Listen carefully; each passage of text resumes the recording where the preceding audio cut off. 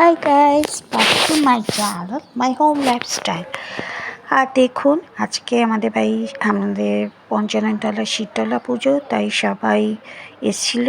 আমি তো যাইনি, মানে আমার ওষুধ চলছিল বলে ওই জন্য আমি যেতে পারিনি। তো আমি পঞ্চাননতলায় গিয়ে চুপচাপ বসেছিলাম চান ফান করে। তখন কুলো নিয়ে ওদের বাড়ি বাড়ি ঘোরা হয়ে যাওয়ার পর ঠান্ডা করে আবার কুলো নিয়ে 7 পাকে ঘুরছে সব মহিলা কমিটিরা। আমি ছিলাম না, আমার বড় যাও উপোস করেনি, বসেছিল, কুলোর সঙ্গে বেরিয়েছিল। আমি কুলোর সঙ্গে যাইনি, ওইদিকে বসে আছি।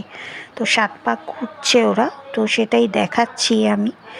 মানে আমি তো মোবাইল নিয়ে যাইনি, আমার এক বান্ধবী নিয়ে গেছিল, তার মোবাইল থেকেই বলেছি শ্যুট করে আমাকে পাঠিয়ে দিতে। আর সবাই এই যে আঁচল ধরে ধরে ঘুরছে 7 পাক। তারপরে ঠান্ডা করবে, মানে শীতলা মাকে ঠান্ডা করে না, ওই পাখা দিয়ে জলে ডুবিয়ে যারা যারা করে তারা সব পুকুরে নামবে, স্নান করবে।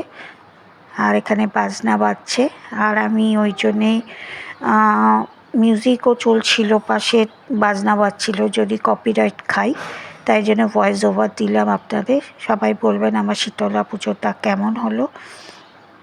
আমাদের তো খুব ভালো লেগেছে। আর এখন দেখুন সবাই পুকুরে নেমেছে, এই যে পুকুরে নেবে। এবার ওই যে নিয়েছে কুলোটাকে, সে আস্তে আস্তে পেছন ঘুরে সব নামছে, আর আমরা সব ঘিরে দাঁড়িয়ে আছি সব কুলোর জল নেবো বলে, যারা যারা আমরা ঘুরিনি তাই। তো আমি তো উপোস করিনি, এই প্রথমবার হলো আমি উপোস করিনি, আমার ওষুধ চলছিল তাই। আর আমাকে খেতে হবে কিছু করে। আর আমাদের বাড়িতে সেদিনকে বড়া আর পান্তা ভাত হয়েছিল, কিন্তু আমার ছেলে তো পান্তা ভাত খেতে ভালোবাসে না, ওই সাদা ভাতই রাখা হয়েছিল। আমি ভাত খাইনি, আমি একটু ম্যাগি করে খেয়ে নিয়েছিলাম। এখন আপনারা বলবেন ম্যাগি তো রান্না করে খায়, আমি রান্না করে খাইনি, আমি বাইরে থেকে এনে খেয়েছিলাম।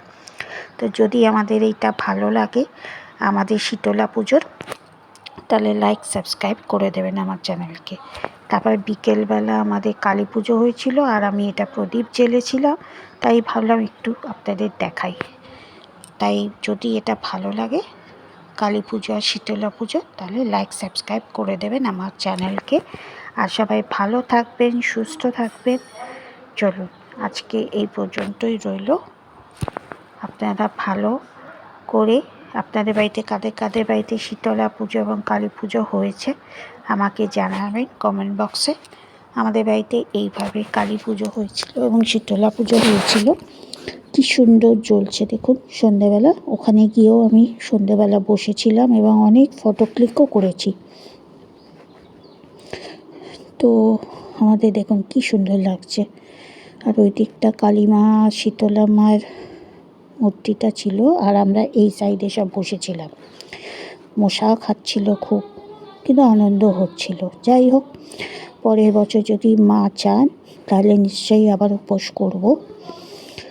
আর পরের বছর, এবছরে তো ছেলের মাধ্যমিক রেজাল্ট যদি ভালো করে, ভালোভাবে নিশ্চয়ই উপোস করে মাকে পুজো দেবো। যেন প্রার্থনা করবেন আমার ছেলের রেজাল্ট যেন খুব খুব খুব ভালো হয়, ও মানুষের মতন মানুষ হতে পারে। আর দেখুন সবাই জ্বালাচ্ছে, এটা আমার শাশুড়ি মা, এই হাতটা হচ্ছে আমার শাশুড়ি মায়ের। চলো ভালো থাকবেন, সুস্থ থাকবেন, বাই।